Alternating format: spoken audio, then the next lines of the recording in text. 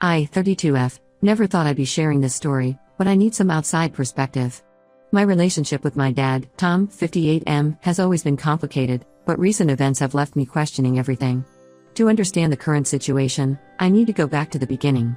My parents met in college, my mom was studying literature, and my dad was the charming business major who swept her off her feet. They got married right after graduation, and I came along a few years later. From the outside, we looked like the perfect family, but there were always cracks beneath the surface. My earliest memories are a mix of happy family picnics and tense silent dinners. Dad worked long hours at his marketing firm, climbing the corporate ladder with single-minded focus. Mom stayed home with me, but I remember her often being sad or frustrated. It wasn't until I was older that I understood why. When I was 10, everything fell apart. I came home from school one day to find my mom crying in the kitchen. That's when I learned that my dad had been having an affair with his much younger secretary.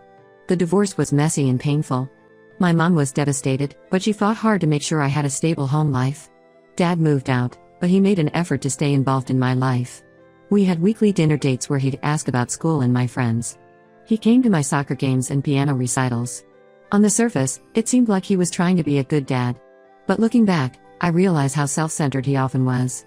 Our conversations always seemed to circle back to him, his work, his new apartment, his latest hobby. As I entered my teens, I started noticing a pattern. Dad always seemed to have a new girlfriend, and they were always young, usually in their late 20s or early 30s. At first, I didn't think much of it. Dad was handsome and charismatic, and I guess I thought it was normal for divorced men to date younger women. But then came Sarah. I was 15 when Dad introduced us. Sarah was 28, only 13 years older than me. She was nice enough, but it felt weird.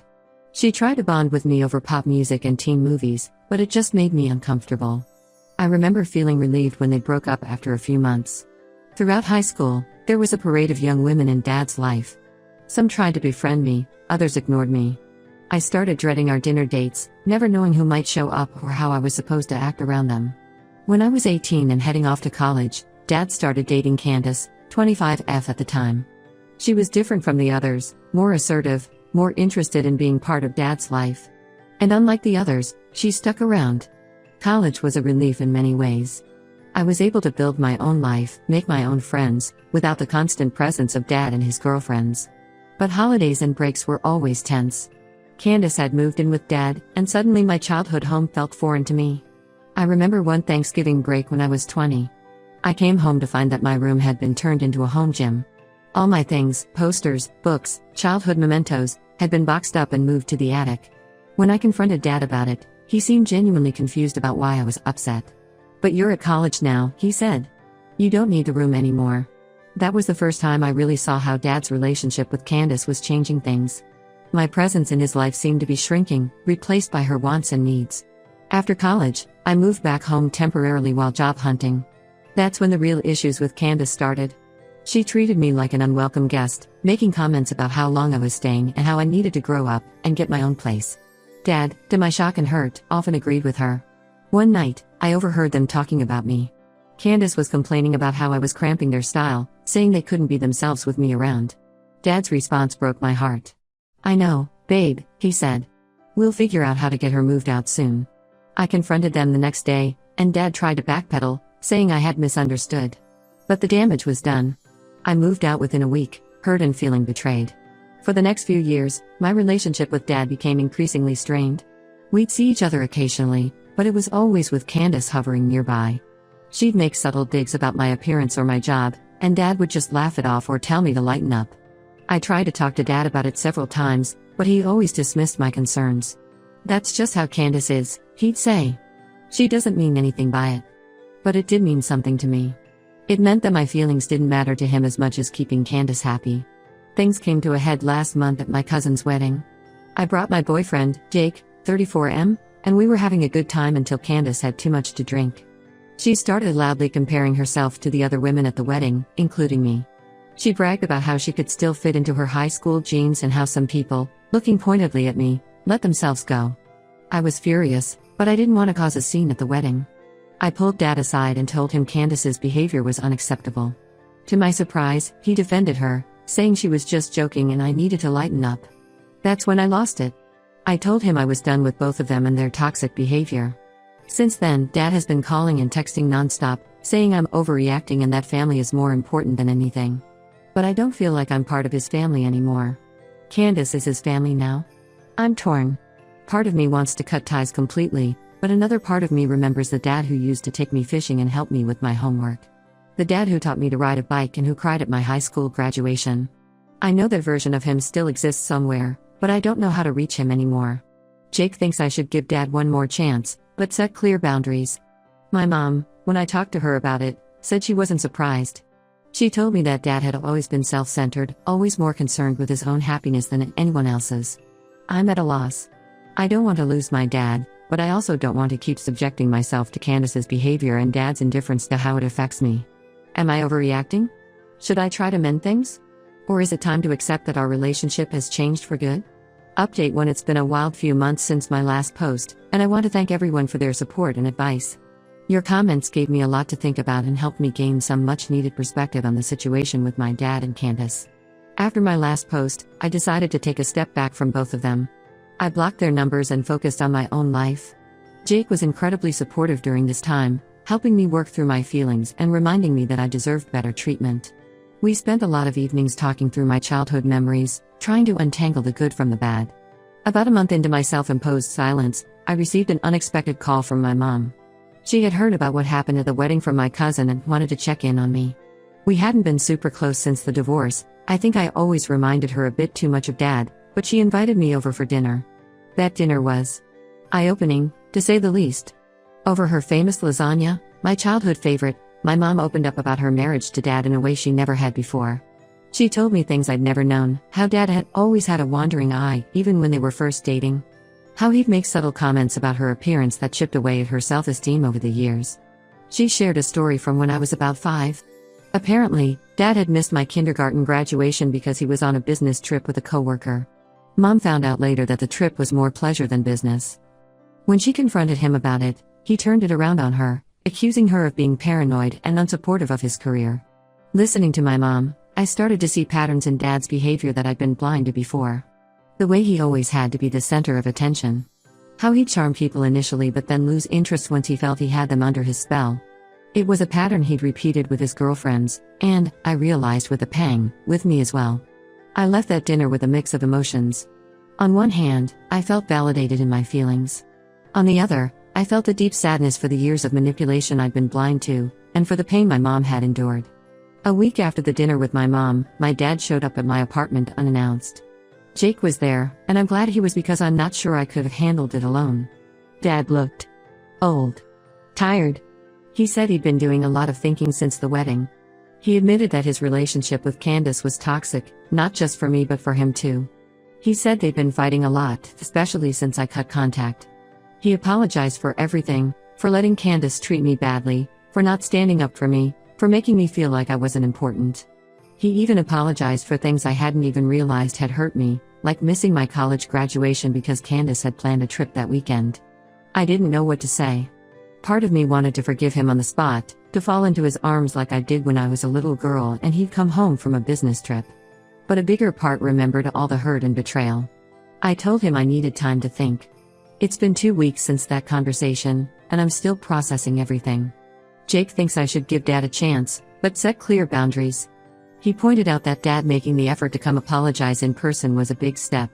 My mom, when I called her about it, was more cautious. She reminded me that Dad had always been good at saying the right things when he felt he was losing control of a situation. I'm still not sure what to do. The little girl in me wants her dad back, wants to believe that this time he really means it. But the woman I've become isn't sure she can trust him. I've been thinking about suggesting family therapy, but I'm not sure if that's the right move or if Dad would even agree to it. For now, I'm taking it one day at a time. I've unblocked Dad's number, but I haven't reached out. Part of me is waiting to see if he'll make the effort to keep in touch, to prove that he meant what he said. Another part is scared to let him back in, afraid of being hurt again. I've been focusing on strengthening my relationships with other family members. I've been calling my mom more often, and I've reconnected with some cousins I'd lost touch with over the years. It's been nice to remember that family is about more than just my dad. Jake and I have also been talking more seriously about our future. All of this drama with my dad has made me realize how important it is to have a partner who truly supports you. Jake has been my rock through all of this, and it's made me appreciate him even more. As for Candace, I haven't heard anything from or about her since that day Dad came to apologize.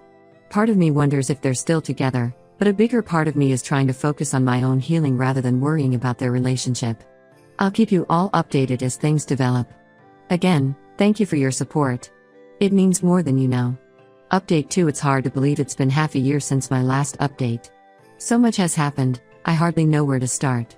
First things first, my dad and Candace broke up. It happened about a month after my last update. Dad called me to tell me himself, which I appreciated. He said they'd been having problems for a while, and my cutting contact was a wake-up call for him. He realized he'd been prioritizing the wrong things and people in his life. After the breakup, Dad asked if we could meet for coffee. I agreed, but I asked Jake to come with me for support. The meeting was awkward, to say the least. Dad looked like he hadn't slept in days. He apologized again for everything and said he wanted to make things right between us. I was cautious, but I agreed to start small. We began with weekly phone calls, just catching up on our lives. No heavy topics, no rehashing the past. Just rebuilding a basic connection. It was strange at first, almost like talking to a stranger. But as the weeks went by, I started to see glimpses of the dad I remembered from my childhood. About 2 months ago, Dad asked if he could come to dinner at my place. I agreed, and to my surprise, he'd brought photo albums from when I was a kid. We spent hours going through them, laughing at old memories. There was a photo of us at the beach when I was about 6, building a massive sandcastle. Dad told me he remembered that day clearly, how proud I was when we finished it, and how devastated I was when the tide washed it away. He said he'd learned an important lesson that day about the impermanence of things, but he'd forgotten it somewhere along the way. That night, Dad opened up about his own childhood. I learned things I'd never known before. How his father, my grandfather, had been a harsh, critical man who never seemed satisfied with anything Dad did. How Dad had always felt like he had to prove himself, to be the best at everything. It didn't excuse his past behavior, but it helped me understand him better. But it hasn't all been smooth sailing. There have been moments when old patterns emerged. Once, he made a comment about how I should start thinking about having kids soon because I'm not getting any younger. It stung, reminding me of how he used to talk about women and age. I called him out on it immediately, and to his credit, he apologized and admitted it was a messed up thing to say. The biggest test came last month when Dad announced he was dating again. My heart sank when he said her name was Melissa and she was 38. Here we go again, I thought. But then he surprised me. He asked if Jake and I would like to meet her, saying he valued my opinion and wanted to make sure she would be a good fit in our lives. The dinner with Melissa was surprisingly pleasant. She's intelligent, has her own successful career as a pediatrician, and most importantly, she treated me with respect. She even pulled me aside at one point to say she knew about the history with Candace and assured me she had no intention of coming between Dad and me. I'm cautiously optimistic about the future of my relationship with Dad. It's not perfect, and I don't think it ever will be, but it's better than it has been in years. Jake thinks Dad is genuinely trying to change, and even my mom has noticed a difference in how he treats me. For now, I'm taking it one day at a time. I'm proud of the boundaries I've set and maintained, and I'm learning that it's okay to forgive but not forget. The hurt isn't gone, but it's fading, replaced by a new understanding of who my dad is, flaws and all. Update 3. It's been a year since my original post, and what a year it's been. I'm happy to report that things with my dad have continued to improve, though not without some bumps along the way.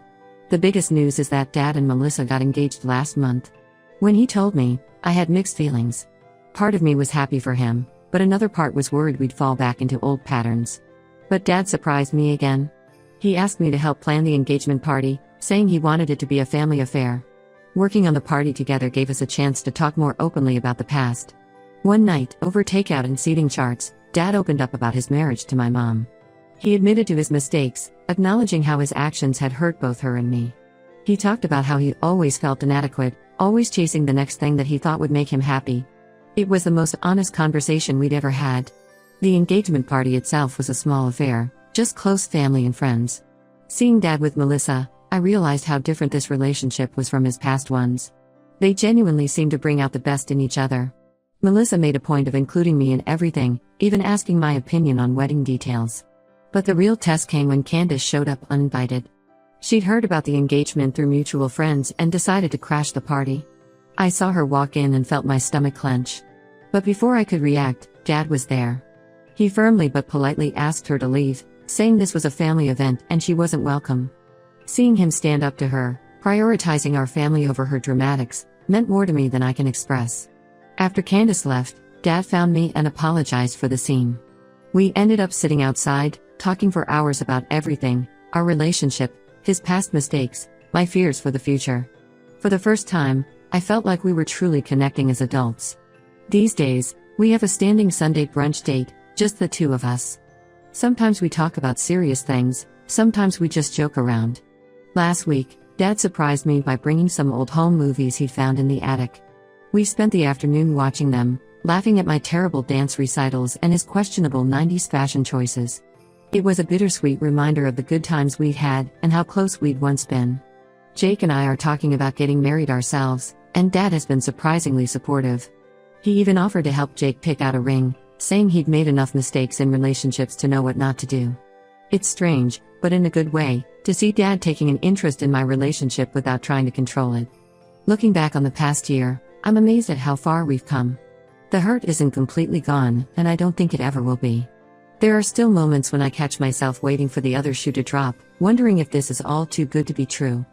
But those moments are becoming less frequent. I've learned that people can change if they're willing to put in the work, and that it's never too late to rebuild a relationship. Dad's not perfect, he still sometimes says thoughtless things or falls into old habits, but he's trying. And for now, that's enough. To everyone who's followed my story and offered advice along the way, thank you. Your support helped me navigate one of the toughest periods of my life.